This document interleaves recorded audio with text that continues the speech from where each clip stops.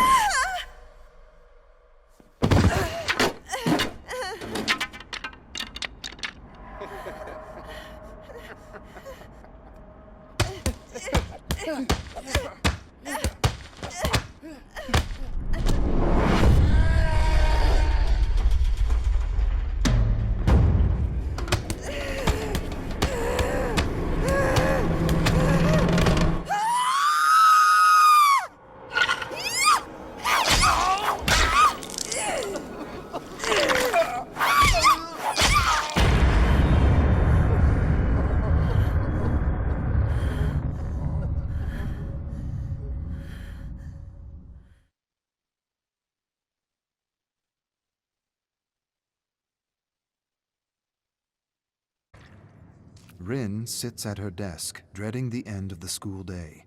Not because she enjoys junior high or because she respects her teachers, but because she despises being forced to learn kendo. But her father demands it. He demands that she practice the way of the sword. Not just practice, excel. She's a Yamaoka. The Yamaokas come from a proud legacy, a samurai legacy. He reminds her of this every day, and every day the kids tease and humiliate her, telling her she has no business in their class, telling her she should wield a broom, not a shinai. She ignores them and tries her best. Maybe if she excels with a katana, her father will feel better. He hasn't been himself as of late, frustrated, irritable, reactive. She can't do anything right, nor can her mother. He has become very quiet and talks and argues with himself. She doesn't understand what's happening to him, but she knows he is suffering, and the last thing she wants is to add to his pain. Family is everything, and maybe one day she'll be okay with wielding a katana. Maybe she'll even enjoy it. Rin's bones feel brittle and ready to collapse under the weight of the armor. She holds her bamboo shinai up to her opponent. I want this to be over. Can't this just be over? Her opponent insults her. He tells her there's a shattered window in the changing room she ought to clean before someone cuts themselves, Janitor Yamaoka. He laughs. He makes another janitor joke at her expense. A sudden heat rushes up her face. She wants to shove the shinai down his throat. See how he laughs with wood and splinters piercing through his stomach. Splinters piercing through his throat. Where did those thoughts come from? It's not like her to think such thoughts. She angles her shinai and feels something strange inside. She's never felt anything like it before. Like a waking dragon in her heart. She stares at her grinning opponent. Faster than thought, she lunges and strikes his head. Everyone laughs at him. His head slumps in mingled defeat and humiliation.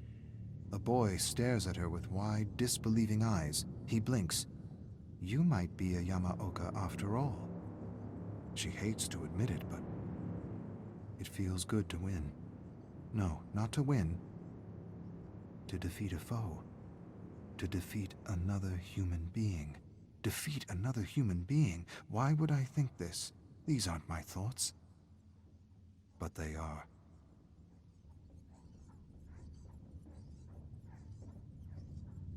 She doesn't understand what happened.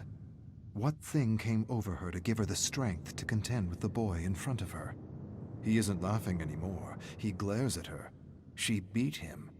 Not once, not twice. Thrice. The boys continue to stare at her open-mouthed. Something is changing in Janitor Yamaoka. They know it. She knows it. She feels the waking dragon in her heart. It's the closest she's ever felt to being a fighter, a warrior, a Yamaoka. And she likes it. Likes being treated with respect. Likes being taken seriously. For an instant, she imagines herself beside the great Renjiro Yamaoka and his son, Kazan. Something tugs in her heart, and the dragon stirs. And the dragon, she realizes, is the waking of her raging Yamaoka blood. Janitor Yamaoka, you got lucky. Let's see how lucky you really are. Boys close in on her, cursing, jesting, shouting. She wants to run, but doesn't see an opening. She wants to apologize for being good with a shinai, but the waking dragon inside her heart won't allow it. She didn't do anything wrong. She has no reason to apologize. She finally did what she was supposed to do, and now they close in on her as though she had cheated, as though they could see the dragon that had helped her. She feels scared. Where is that dragon now? Where is the spirit of her ancestors? She raises a pleading hand for her abusers to stop. You will pay. You made me look foolish. For a moment, there is an opening between two boys, and there's no hesitation, only action. She charges through and storms across the schoolyard with a group of angry boys in pursuit. She quickly ducks behind a garbage bin and watches the boys run past her. One stops, turns towards the bins, narrows his gaze. She holds her breath. She can hear her heart pounding in her head. Why hide? You are better than these peasants. Stand and show them who you are. But she does not reveal herself. She hides and wishes that waking dragon to go back to sleep. Rin emerges from hiding and begins her long walk home. The dragon in her heart admonishes her for hiding, tells her she is more than her tormentors and should never cower before bullies and abusers.